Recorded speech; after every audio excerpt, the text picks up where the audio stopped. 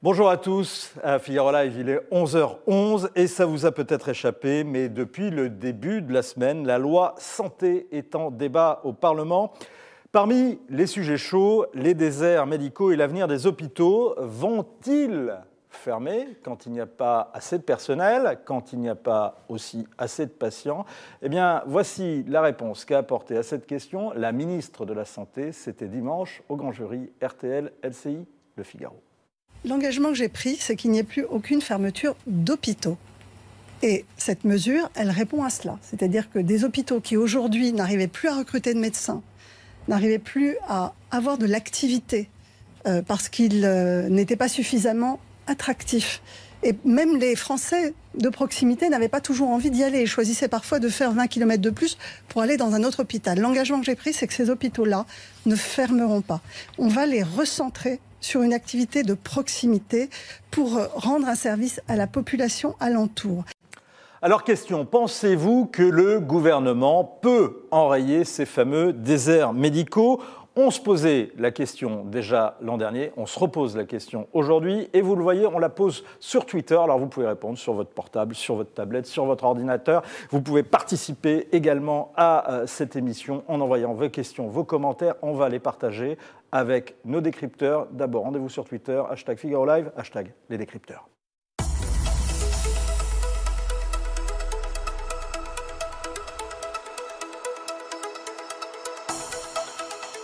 Bonjour Marie-Cécile Renaud. Marie-Cécile Renaud est la spécialiste santé, protection sociale au Figaro Économie et elle a signé tout un dossier qui est à retrouver dans l'édition print d'hier, mais bien sûr elle est retrouvée également sur le Figaro.fr à la rubrique économie, à la rubrique santé, c'est bien ça. C'est une vaste loi qui s'inscrit dans le plan santé 2022 voulu par Emmanuel Macron, c'est ce que vous expliquez justement en ouverture de ce dossier, 23 articles et qui sont en discussion. Elle ne concerne pas seulement les déserts médicaux, on va quand même faire un point sur ce sujet. Donc, pas question pour l'instant, si j'ai bien compris, d'imposer aux jeunes étudiants d'aller s'installer dans les fameux déserts médicaux, en tout cas rien de coercitif. On entendra tout à l'heure la ministre s'exprimer sur la question. Et c'est pourtant ce que voulaient des députés France Insoumise, mais là, refus net des étudiants qui sont vent debout, notamment sur les réseaux sociaux. C'est l'obsession des députés. Texte après texte, année après année, il y a certains députés de tous bords politiques qui veulent absolument obliger les médecins à aller s'installer là où ils ne veulent pas, en mettant de la coercition, en faisant du conventionnement sélectif.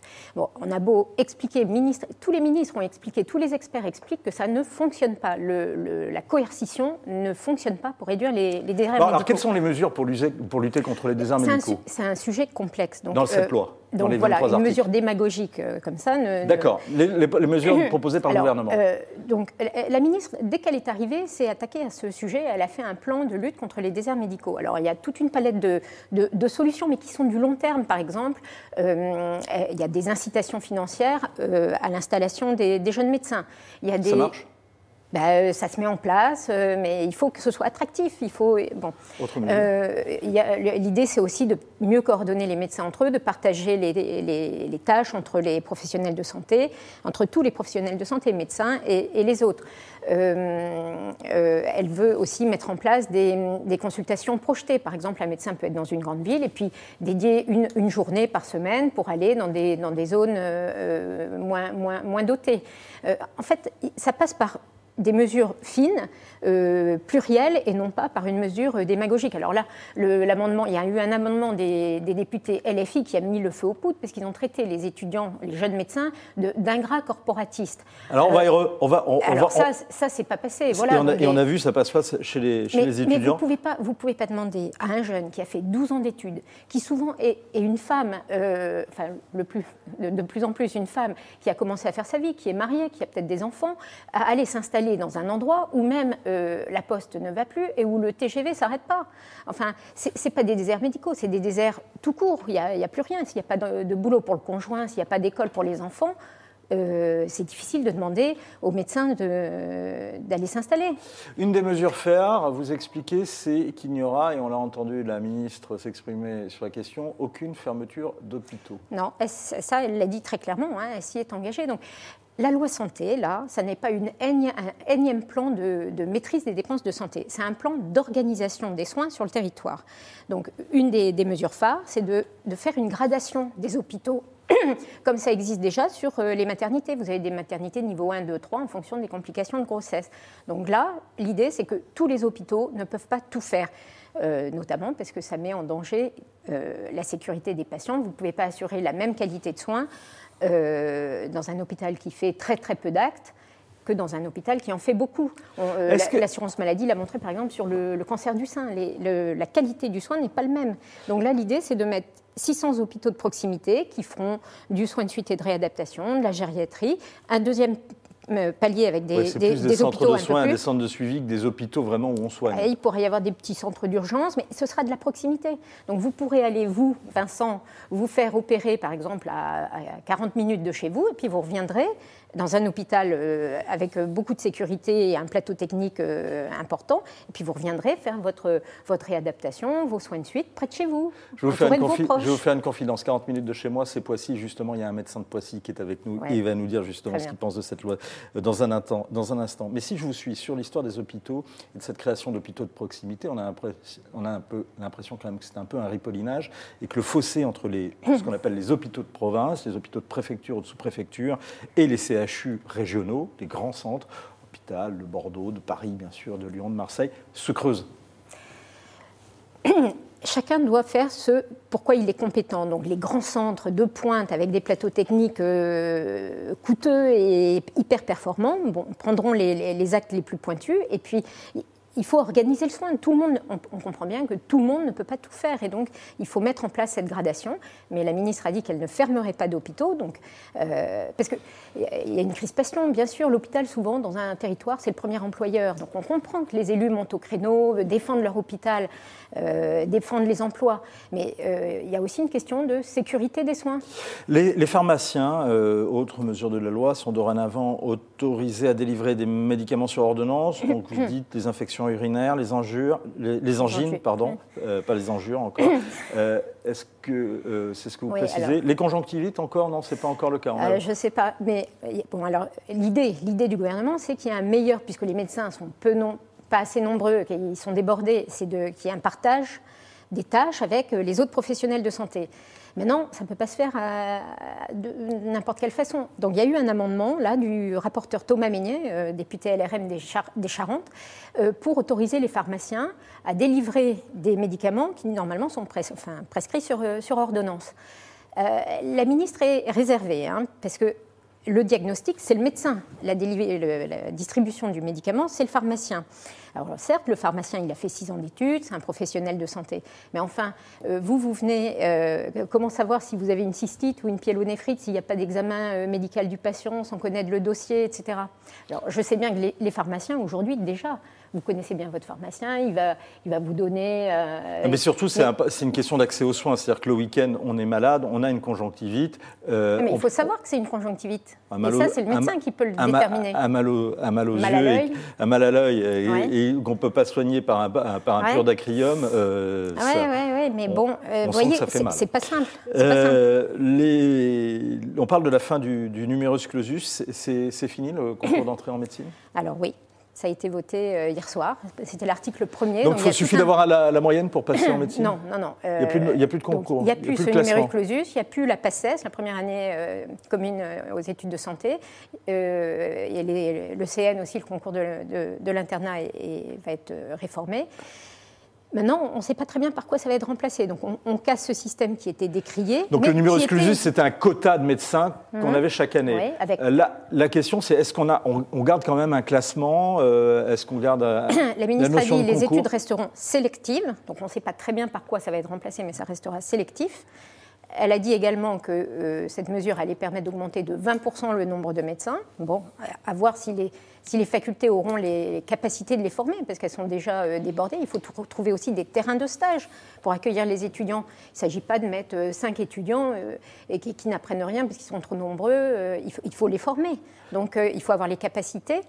Et puis, on a beaucoup critiqué les QCM, le concours, etc. Mais c'était basé sur l'objectivité. Les QCM, derrière, il y a souvent des exercices. Vous faites tout un exercice, puis vous remplissez la question. Mais il faut être sûr que le système ne soit pas remplacé par quelque chose de subjectif. Est-ce que vous trouvez d'ailleurs que c'est une bonne mesure d'avoir supprimé le numerus clausus? Eh bien, c'est une question qu'on peut vous poser. Vous pouvez continuer à débattre. Je salue Sylvie, Anne-Marie, Pat, Gérard qui nous rejoignent sur les forums du Figaro. Vous continuez à commenter, à poser vos questions. Merci beaucoup, Marie-Cécile, d'avoir apporté cette précision et même d'avoir précisé que finalement, parfois, le gouvernement est dans le flou, notamment sur ses études de médecine. Les députés s'attaquent en tout cas à l'examen de la loi santé. C'est le titre de votre dossier sur cette loi, à retrouver sur lefigaro.fr, rubrique santé, rubrique économie.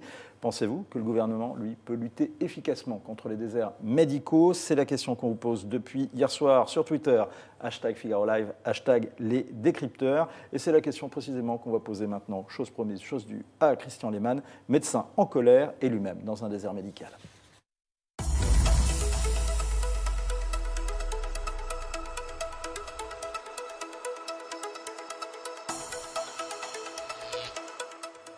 Bonjour Christian Lehmann. Bonjour.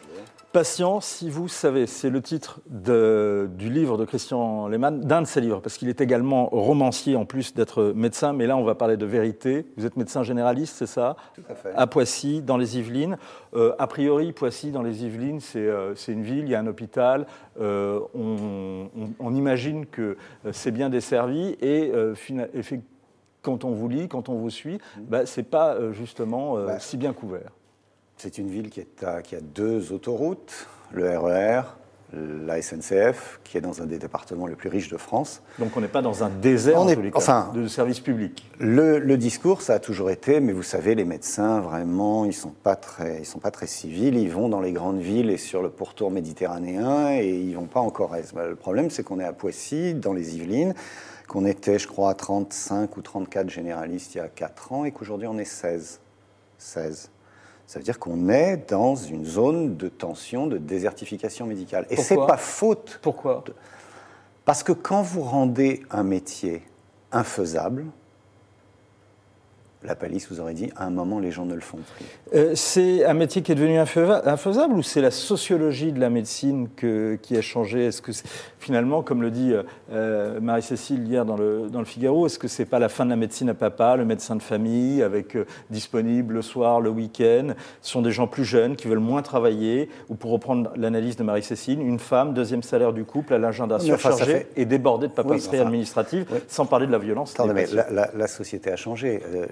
L'image du médecin généraliste qui travaille jour et nuit avec sa femme, qui est au téléphone, enfin je veux dire, on n'est pas en 1950, d'accord ? La plupart, dans les années 80 et 90, ça existait. Ça existait, mais ça commençait déjà à bouger, et on sonne le tocsin depuis longtemps. Ce qu'il faut comprendre, c'est que pendant des années, les politiques et une grande partie des économistes ont considéré le médecin comme un virus ou une bactérie.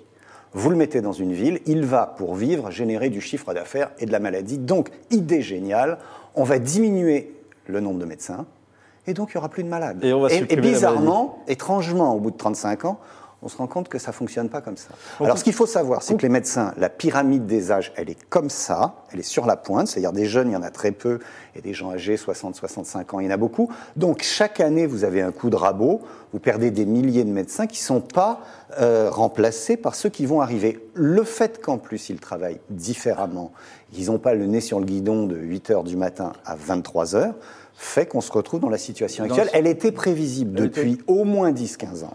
On a bien compris. La fin du numerus clausus, c'est une bonne chose pour vous ?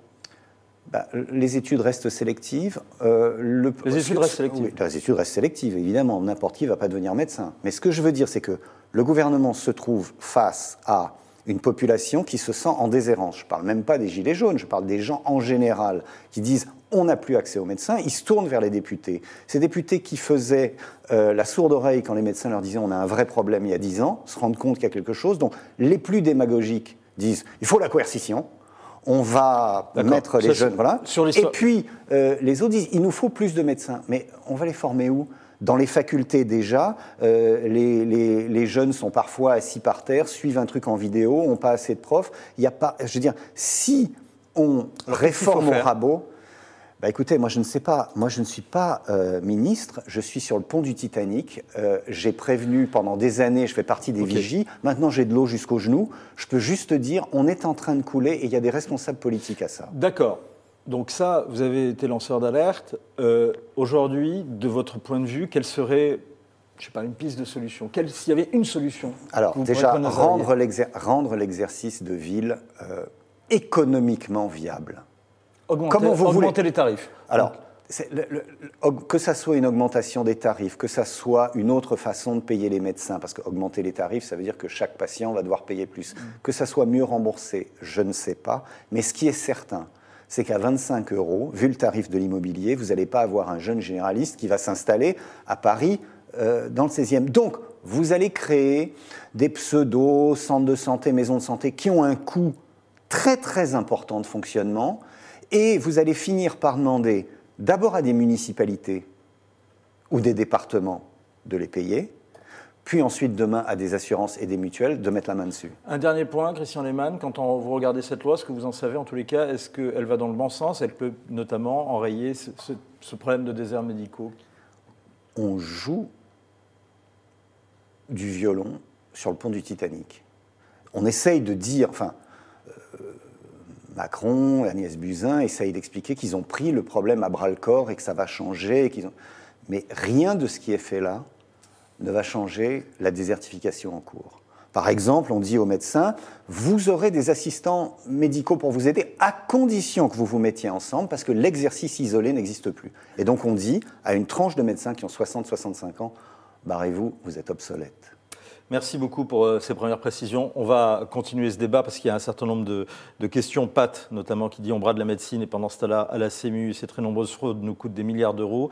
Quand je pose une question au pharmacien, il me dit d'aller voir mon médecin, nous dit Eliane. Donc il y a toute une sorte de problématique auxquelles il faut répondre. Merci beaucoup, en tout cas, de ces premières précisions. Patient, si vous saviez, c'est le titre du livre du docteur Lehmann et je vous recommande le coup de gueule du docteur quand il fait de notre système de santé une tribune qu'il faut lire, qu'il faut retrouver sur le Figaro.fr à la rubrique santé. Il faut la lire parce qu'elle soulève énormément de questions et on va en poser d'ailleurs un certain nombre à Jean de Kervesdoé qui est économiste de la santé.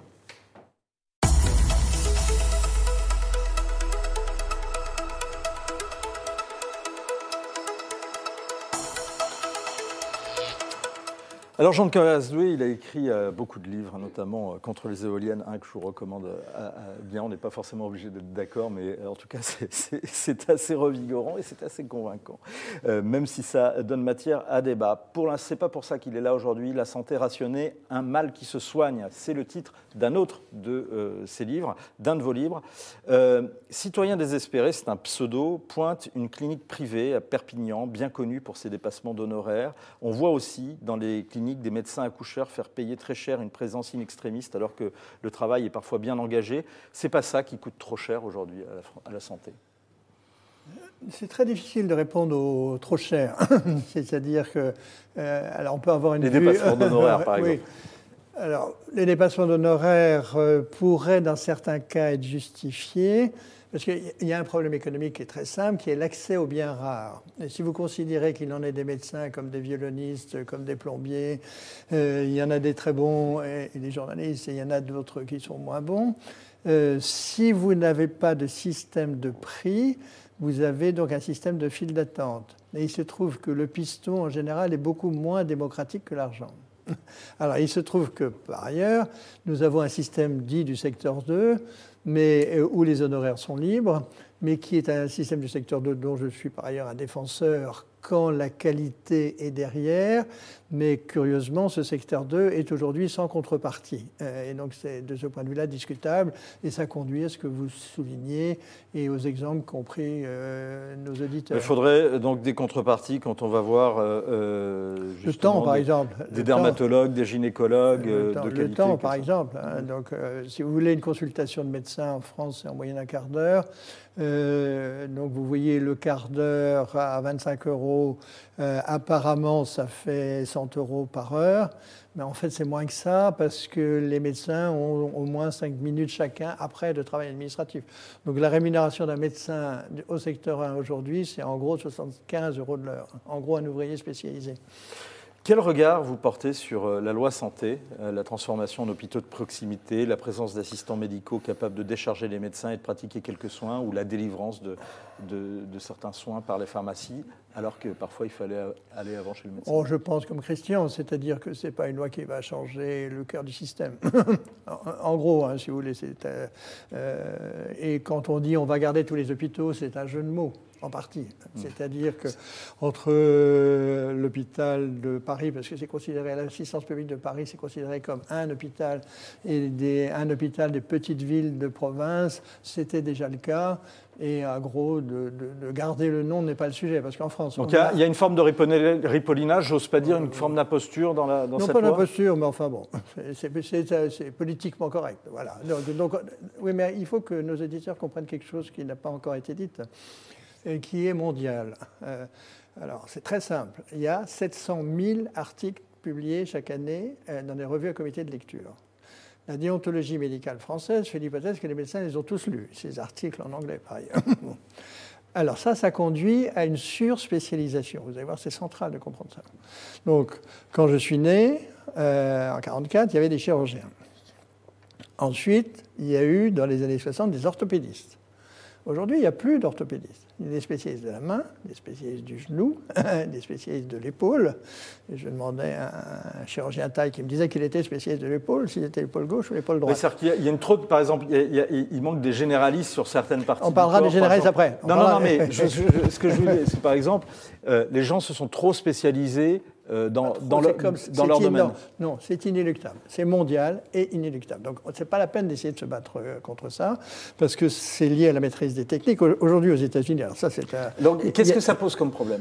Ça pose le problème, c'est que plus vous êtes spécialisé, plus vous êtes obligé... Un spécialiste de l'épaule ne pourra pas vous opérer de la main, c'est ce que vous êtes en train de me dire. Oui, et donc ça veut dire que pour que le spécialiste de l'épaule ne fasse que des épaules toute l'année, son territoire de recrutement est beaucoup plus grand. Donc ça conduit à la concentration des hôpitaux. C'est ça le raisonnement, c'est-à-dire... Oui, c'est-à-dire qu'on va organiser en disant ici il y aura un hôpital de l'épaule, là un hôpital de la main. Non, un service d'orthopédie, et je parle de choses très concrètes, un service d'orthopédie où vous avez des spécialistes de l'épaule, des spécialistes du genou, des spécialistes du pied, tout ça. Et ça par pose exemple, quoi comme problème? Ça pose que pour le recrutement, les petits hôpitaux sont morts. C'est-à-dire, ça veut simplement dire que vous gardez le nom d'hôpital, mais simplement, vous n'allez pas trouver dans cet hôpital des spécialistes que l'on forme aujourd'hui. Par exemple, en chirurgie viscérale, qui est une grande spécialité, vous n'avez plus de chirurgiens viscéraux. Vous avez des spécialistes du foie, vous avez, etc. Et donc, ça conduit au recrutement. Au regroupement, pardon. Est-ce que finalement, ce sera ma dernière question, je vous demande une réponse courte, mais celle du spécialiste de l'économie de la santé que vous êtes, toutes ces lois, tous ces plans, même si ce plan est différent des lois précédentes, ne sont pas une façon surtout de se conformer aux exigences comptables de la sécurité sociale? Non, c'est que nous vivons, alors c'était une réponse courte, mais malheureusement, ce n'est pas toujours possible, mais nous vivons avec une organisation de la médecine libérale de 1930. Bon.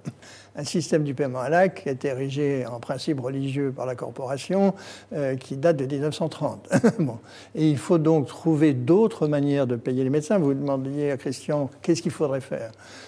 Il faut trouver d'autres manières de payer les généralistes, et notamment les forfaits annuels, dans le jargon ça s'appelle la capitation, et la possibilité pour les médecins, avec un système économique qui fonctionne, d'avoir des généralistes, des infirmières, des kinés, éventuellement un dentiste, un peu de radio, donc des unités médicales.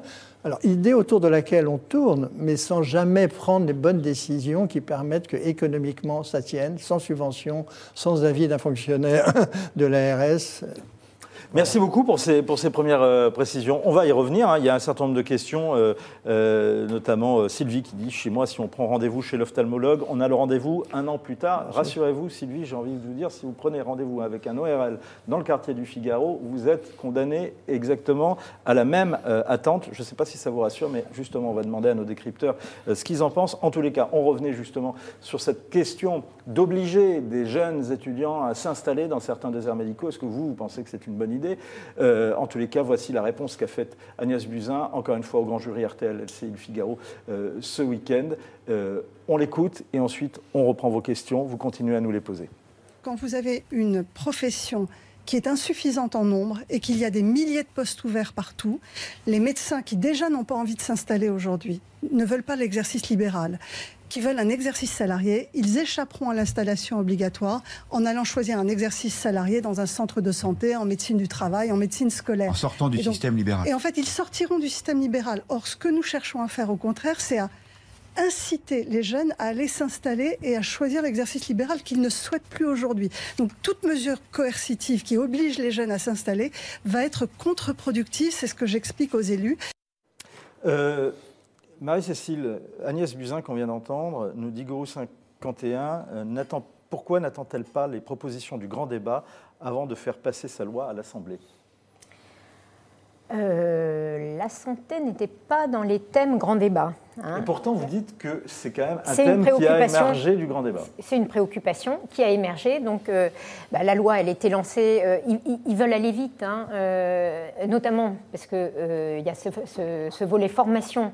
Et donc, comme ils ont annoncé la fin du numerus clausus et la réforme des études, il faut que la loi soit promulguée avant l'été pour que les étudiants sachent, les futurs étudiants sur Parcoursup puissent faire leur choix et sachent à quelle sauce ils vont être mangés. Donc là, le grand débat, le mouvement des Gilets jaunes est venu se greffer là-dessus en décembre, mais la loi, elle a été lancée depuis l'an dernier. Donc on ne tient pas compte du grand débat pour l'instant. Mais bon, on retombe sur les mêmes sujets.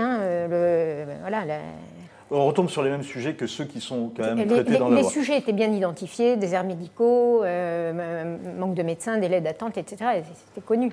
Alors Valéor nous dit 20% de médecins en plus sans financement, c'est une hérésie. Jamais les facultés ne formeront plus de médecins comme ça. Ça, c'est votre avis?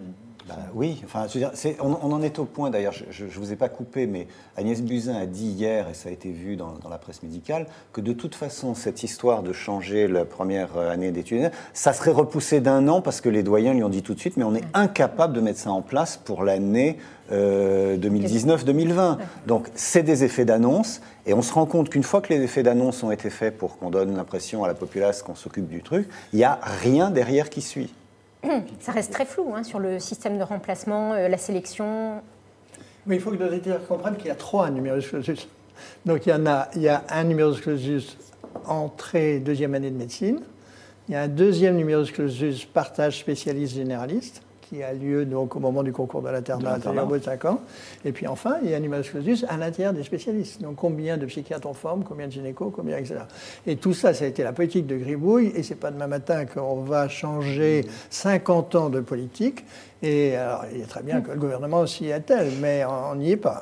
Mais en fait, il y avait une critique du numerus clausus qui créait un gâchis énorme avec beaucoup de jeunes très compétents, avec un bac S mention très bien, et qui se retrouvaient sur le carreau après 2 ans. Oui, et l'appel aux médecins étrangers. Et qui est parti en Roumanie. Il partait en Roumanie, et puis l'appel de médecins étrangers. On sait si ça continue, ça, le recours? Oui, c'est-à-dire qu'il y a des boîtes qui gagnent beaucoup d'argent parce que des municipalités qui sont à cran leur donnent 40 000, 50 000 euros pour débaucher quelqu'un. Donc il y a un médecin qui vient du Portugal ou de Roumanie. Parfois, ça se passe bien, et parfois, ça se passe très mal, parce que c'est un système complexe, parce que ce n'est pas les mêmes formations. Donc, et la langue. Et il y a un problème de langue. Et enfin, soyons clairs, si l'exercice de la médecine en ville était certes difficile, mais permettait de vivre économiquement correctement, les jeunes s'installeraient. S'ils ne s'installent pas, c'est parce qu'on a réussi à faire de ce métier, qui était un beau métier, un repoussoir. Moi, je vois très bien la différence entre 1984, quand je me suis installé, et aujourd'hui. Je n'imaginais pas que je serais amené à faire de la médecine dans ces conditions. Pardon, je reprends une autre question, la fameuse question qui fâche, mais j'aimerais bien avoir un petit peu votre tour de table. Donc, sur le Figaro.fr, ils font en fin de scolarité une obligation de service de 5 ans après le diplôme, une installation de cabinet en ruralité, des interdictions aux zones surchargées, sanctionner les refus de prise de garde. Et Papou Didi qui nous dit... plus de médecins. Pardon, plus de jeunes. Jean Moon qui nous dit les 8 ans d'études de médecins sont payés par l'État, parfois 12. Il serait normal que ces médecins soient nommés aux endroits déterminés par l'État. Mais ça, on connaît le film, mais vous avez déjà répondu à cette question. Si vous voulez, dans les pays où c'est installé, ça ne marche pas. Ils reviennent sur la mesure. Ça ne marche pas dans ces Attendez, si les études sont payées et si c'est facile, il faut y aller là. Il ne faut pas continuer à tapoter sur votre clavier. Il faut y aller. C'est une mine d'or, la médecine, a priori. Il faut peut-être prendre les choses. Si les gens ne s'installent pas, c'est que c'est plus possible. D'accord ? Donc tout le monde voudrait avoir du petit personnel. OK ? Mais de la même façon qu'on a enlevé les esclaves des champs de coton, il va falloir se dire que peut-être les médecins ont droit à une vie. Je comprends cette histoire de les études sont payées. Oui. En France, les études de tout le monde sont payées. Et vous avez des internes et des externes. Les internes sont bien payés. Excusez-moi. Que les docteurs. Excusez-moi. Vous avez des externes et des internes qui travaillent, qui tiennent l'hôpital, qui travaillent des 24 heures, des 48 heures d'affilée. Quand ils arrivent finalement après, sous le SMIC, quand ils arrivent enfin, et on leur dit tenez parce qu'un jour vous pourrez vous installer, et ensuite on va leur dire vous allez aller à cet endroit où votre mari n'aura pas de boulot, où vos gosses n'auront pas d'école, etc. Mais bon, ça me fait toujours penser à ce film Danse avec les loups avec Kevin Costner, où l'armée lui dit tu vas aller là tout seul et tu vas pacifier les Indiens et tu y vas avec ta bite et ton couteau. Si vous disiez tout à l'heure, on fait venir des médecins. Très beau film, 1980. Très bien. Mais c'est-à-dire, vous savez quoi ? Si on est capable d'aller chercher des médecins en Roumanie, il y a d'autres pays européens qui traitent correctement leurs médecins qui seront capables d'attirer les médecins français.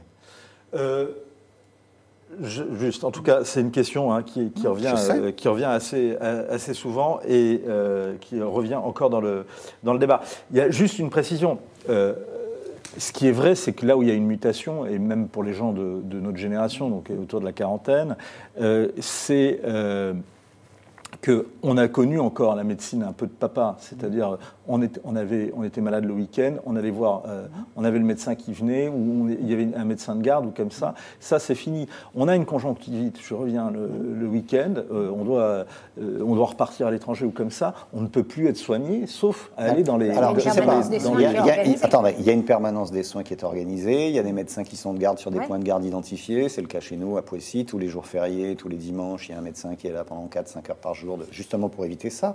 Le souci, c'est encore une fois, on était 35, on est 14, comment est-ce qu'on peut faire la même chose ? Et le souci avec la pharmacie, c'est qu'un œil rouge ou un œil douloureux, c'est une conjonctivite, mais attends, excusez-moi, mais je sais bien que le problème, c'est que ça peut être une conjonctivite allergique, ça peut être une conjonctivite infectieuse, et il y a certaines causes d'œil rouge, je ne vais pas faire de l'ophtalmo ici, qui peuvent être des causes gravissimes, qui peuvent donner fonte purulente de l'œil, perte de la vision. Le pharmacien, moi, mon rôle, c'est pas de faire pharmacien à la place du pharmacien, et son rôle, c'est pas de faire médecin à ma place. On peut pas donner un médicament sans examen. Il y a quelques années, il y avait une ponte du PS qui, devant la désertification, avait dit ce qui serait formidable, c'est que dans les déserts médicaux, dans le rural, on demande aux vétérinaires de s'occuper des vieux dans les EHPAD. Et cette femme a continué à être à la commission santé du PS. Et vous le racontez très bien dans votre tribune, dans votre coup de gueule, qui est à retrouver sur lefigaro.fr. Juste une petite précision, Marie-Cécile, je ne sais pas si vous avez l'info, c'est une question de Papou Didi, donc également un pseudo sur le forum du Figaro.fr. Quelle place pour la PMA dans cette loi santé? Ne va-t-on pas en profiter pour la faire adopter en toute discrétion? Non, ce n'est pas dans la loi santé, c'est un sujet qui est traité à part. Différent. Ouais. Sylvie, près de chez moi, il y a 5 médecins qui partent en retraite et en même temps, et les autres médecins ne prennent pas de nouveaux patients. Aux urgences, ils sont débordés et parfois même les hôpitaux renvoient les patients. Non, je vais revenir sur ce que je disais tout à l'heure. Vous avez 2 mouvements. Vous avez un mouvement de la spécialisation mondiale qui conduit au regroupement dans des centres publics ou privés, peu importe. Et en gros, c'est plutôt les chefs-lieux de département. Autrefois, c'était les chefs-lieux d'arrondissement. On a beaucoup plus d'hôpitaux en France qu'en Allemagne. On en a 2600 en France, 2000 en Allemagne. Si on était américain, on en aurait 1000. Si on était anglais, on en aurait 600. Et si on était suédois, on en aurait 300. Donc il y a un mouvement mondial qu'il faut gérer et qui pose la question des généralistes.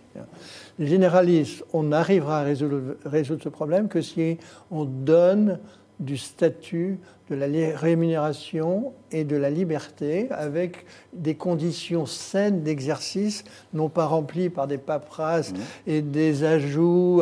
Parce qu'on tourne toujours autour des sujets sans les traiter. Donc on les paye mal, donc on rajoute d'autres manières pour les payer un petit peu mieux, mais cette autre manière coûte du temps et de l'argent. Donc tout ça, c'est pas raisonnable. Est-ce qu'il n'y a pas une schizophrénie quand même? C'est que d'un côté, on veut avoir la sécurité sociale, et de l'autre, on serait bien d'accord pour que les médecins soient mieux payés, mieux remboursés, mais il y a le trou de la sécurité sociale, et on dit quand même qu'il y a le trou de la sécurité sociale. D'abord, on peut encore une fois, certains systèmes de rémunération limitent très fortement les prescriptions. Or, un généraliste, il prescrit 4 fois ses honoraires, sans compter l'hospitalisation. Si on arrive par d'autres systèmes de paiement, et le forfait annuel le permet, on passe de 4 à 2. Donc on peut augmenter très fortement. Parmi les systèmes de paiement, d'ailleurs, qu'est-ce que vous aimeriez aujourd'hui? Le problème, c'est qu'il y a déjà eu des tentatives, j'entends très bien ce que dit Jean, mais il y a déjà eu des tentatives de dire aux médecins, écoutez, on pourrait sortir du paiement à l'acte, on pourrait éviter que vous soyez juste payé à la pièce, vous pourriez avoir une capitation annuelle, etc. Donc il y a des médecins qui ont joué le jeu. Ça veut dire quoi? C'est un forfait? Non, pas du tout. Ça veut dire qu'il y avait un forfait. Je vous choisis comme mon médecin. Comme je suis un monsieur qui a 74 ans, pour être précis, et voilà, 7 ans. Et donc, moi, je peux vous appeler comme je veux. Oui, alors ça, c'est un système à l'américaine, mais qui est beaucoup plus cher. Et il y avait un système français qui existait, qui était... Attends, Christian, laisse-moi terminer. Vas-y. Et donc, c'est un système libéral, parce que je vous choisis. C'est pas tout le temps. Donc, il y a un système mix, en fait, de forfait. Et vous payez quand même un forfait? Rien. Je ne paye rien. Non, ça c'est le système de toute l'Europe du Nord, c'est le système du Canada, c'est le système pour les généralistes. Et il y a un système de paiement à l'acte le soir, le week-end, etc. Si je veux, je vous dérange. Voilà. Christian, vous allez laisser terminer. Non, mais je disais, il y a eu un système qui a essayé de changer ça. On a dit aux médecins, pour ne pas avoir à faire revenir les patients tout le temps, mais pour qu'on puisse vous payer tout le travail que vous faites de papier, de formation indépendante de l'industrie pharmaceutique, vous aurez une somme qui était à l'époque de 45 € par médecin.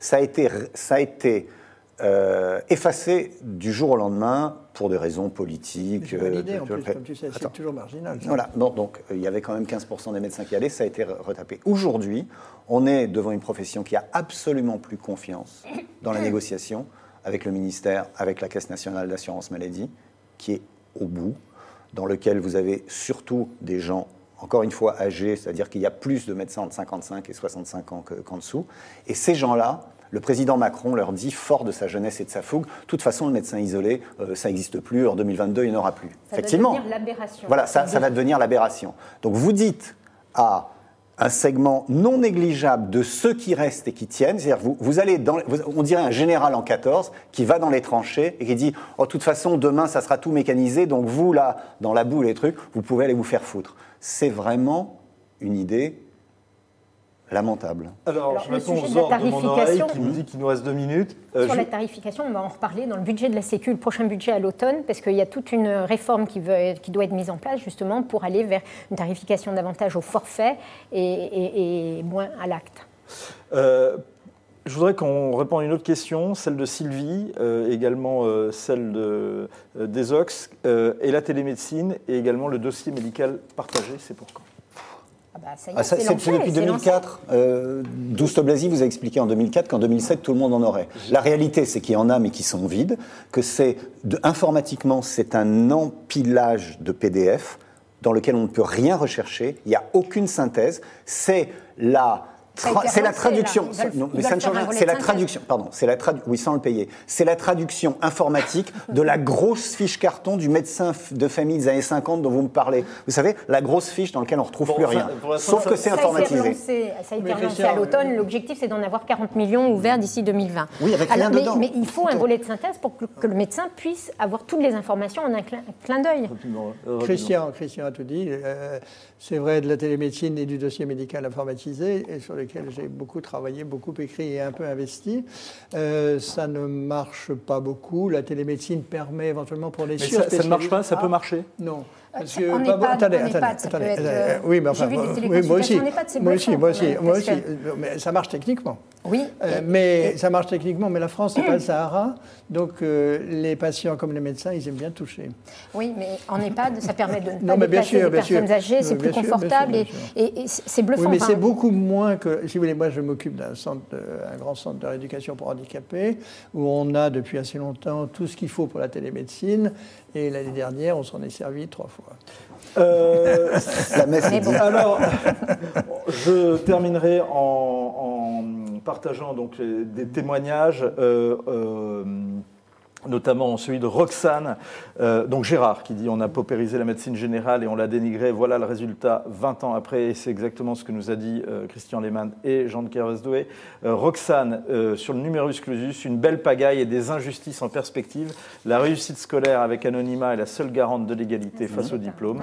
Quels seront les critères retenus? Tout cela est bien flou, c'est ce qu'on a dit aujourd'hui. Et avec la longueur des années d'études médicales, perdre encore 2 ans à 4 ans est très loin d'être un avantage.